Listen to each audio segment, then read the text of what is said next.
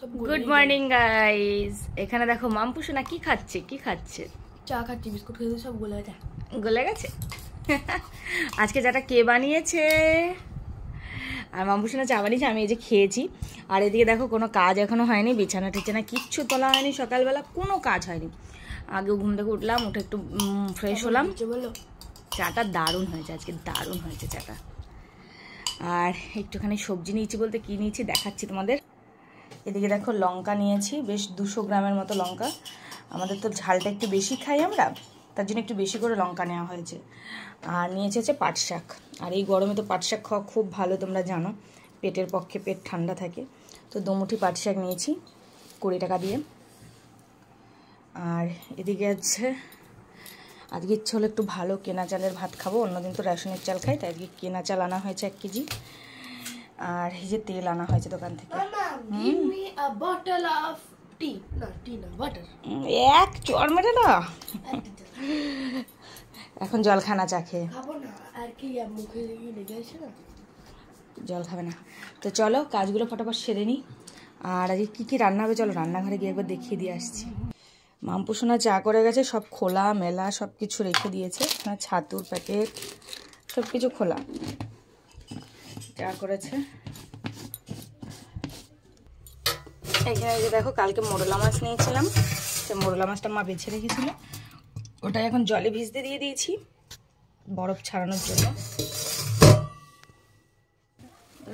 আর এটা দেখো না, বলো আমাকে কি, যে বাংলা টিকা যাকে বলা হতো তা ছিল এই বসন্ত রোগাক্রান্ত লোকের গুটি থেকে একটু পুঁজ নিয়ে তা একজন সুস্থ লোকের রক্তে প্রবেশ করিয়ে দেওয়া হতো। বসন্ত রোগটা কি? আরে ওই যে এইটাই হয় মায়ের দয়া। পক্স। আর আরেকটা কি রোগ আছে না, যে কলেরা কেমন হয়, পেট খারাপ, কত রকম রোগ আছে পৃথিবীতে, অনেক রকম রোগ আছে। সব কিছু একরকম, চারিদিকে যেদিন শরীরটা একটু ভালো থাকে সেদিন মনে হয় সব কাজ করি, আর যেদিন শরীর একদমই দিতে চায় না সেদিনকে ভীষণই খারাপ লাগে। তো তোমরা হয়তো ভাবতে পারছো দিদিভাই কেন 1 কেজি চাল এনেছে। দিদিভাই চাল এনেছে 1 কেজি, তার কারণটা হচ্ছে আমরা রেশনের চাল খাই, যেটা লজ্জার কিছু নেই। তো অনেক মানে একদমই ভাত খেতে ইচ্ছে করছে না, তো তার জন্য ভাবলাম একটুখানি ভালো চাল নিয়ে আসি। তাতে করে কি বলো তো, ভালো চালের ভাতটা বেশ ভালো লাগে খেতে। আর তোমাদের দাদাভাইয়ের একটা সমস্যা আছে, ও আবার এই ভালো চাল খেতে পারে না, মানে এতটাই সমস্যা। দেখো আমি পেঁয়াজ লঙ্কা টমেটো নুন দিয়ে একটুখানি ম্যারিনেট করে নিচ্ছি, আর এখানে হলুদ দিয়ে বেগুনটাকে তো ভালো করে ম্যারিনেশন করব হাত দিয়ে। এটা মাখাতেই না অর্ধেকটা রান্না কিন্তু হয়ে যাবে, জানো তো। আর এর মধ্যে দিয়ে দেবো এই যে কুচি কুচি করে কেটে রেখেছি আলু, সেটা। তোমরা চাইলে এখানে নানান ধরনের সবজি ব্যবহার করতেই পারো, কিন্তু আমি এখানে শুধু আলু বেগুন টমেটো পেঁয়াজ দিয়ে নরমভাবে করব। তো এর মধ্যেই কিন্তু আমি সর্ষের তেলটা দিয়ে দেবো। তো দেখো এই যে সর্ষের তেলটা আমি পুরোটাই দেবো, কারণ এটা যেহেতু কাঁচা হবে তেলের পরিমাণটা কিন্তু একটু বেশিই যাবে। আমার মনে হচ্ছে আরও বেশ খানিকটা তেল লাগবে, তো পরে দেবো। আগে এটা আমি ম্যারিনেট করে এখন প্রায় আধা ঘন্টার কাছাকাছি রেখে দেবো, যাতে মশলাটা ভালোভাবে এর মধ্যে সব নুন ফুন ব্যালেন্স মতো এর মধ্যে অ্যাডজাস্ট হয়ে যায়। আর এটা আমি কিন্তু ম্যারিনেট করে নিয়েছি। আর হ্যাঁ, এর মধ্যে আরেকটা জিনিস যাবে, সেটা আমি পরে ব্যবহার করব, এখন না। এটা আমি ম্যারিনেট করে এবার রেখে দেবো আধা ঘন্টা, মিনিমাম 20 মিনিট তো রাখতেই হবে, এটা অর্ধেকটাই হয়ে যাবে। আর তেলের পরিমাণটা আমি বুঝি লাস্টে আবার দেবো। তো এটা মাখা হয়ে গেছে। এখানে দেখো ডাল সিদ্ধ বসিয়ে দিয়েছি, আজকে হবে পাট শাক দিয়ে ডাল। এখন বাছা হয়নি, বেছে নেবো। আর এখানে ভাত ফুটছে, ভাত ফুটছে, ওরে কি গরম, হাত দিয়ে তুলে কে করছে, পড়ে মাছটা কমিয়ে দিতে হবে। ভাতটা ফুটছে, ভাতের মধ্যে একটা উচ্ছে ভাতে দেওয়া আছে।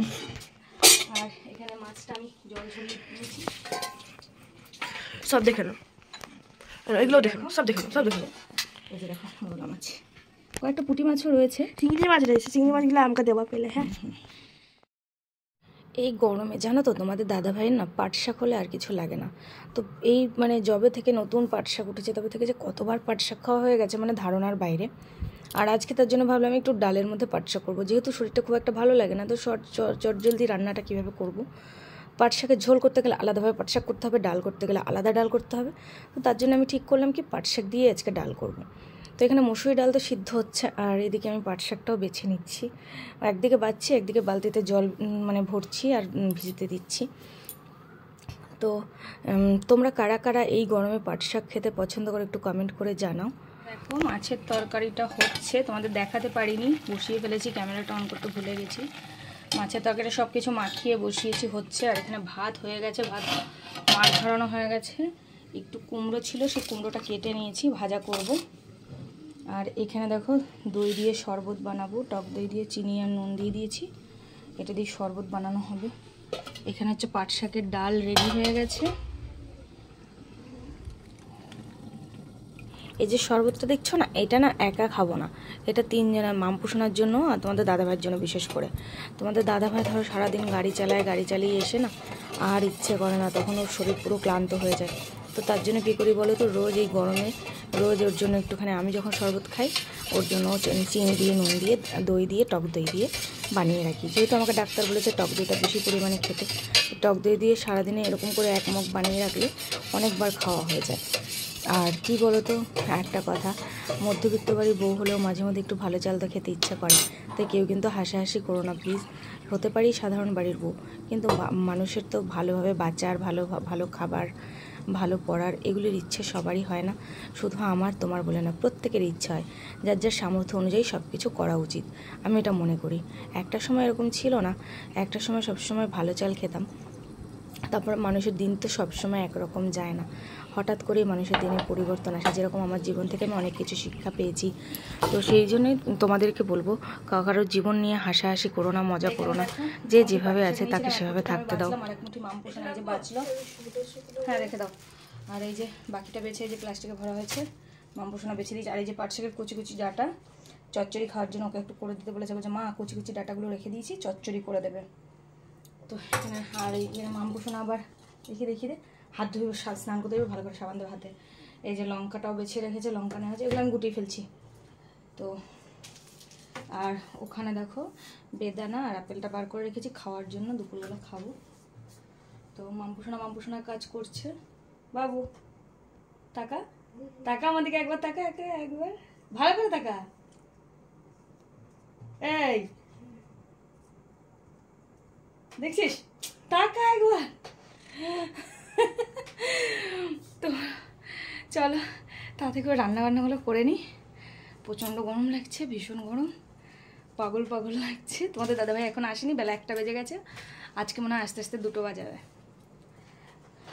প্রায় হয়ে এসেছে। এই সময় আমি যে একটা জিনিস দেবো বলেছিলাম সেটা দেবো, সেটা হচ্ছে একটু ধনে আর জিরের গুঁড়ো ওপর থেকে ছড়িয়ে দিলাম,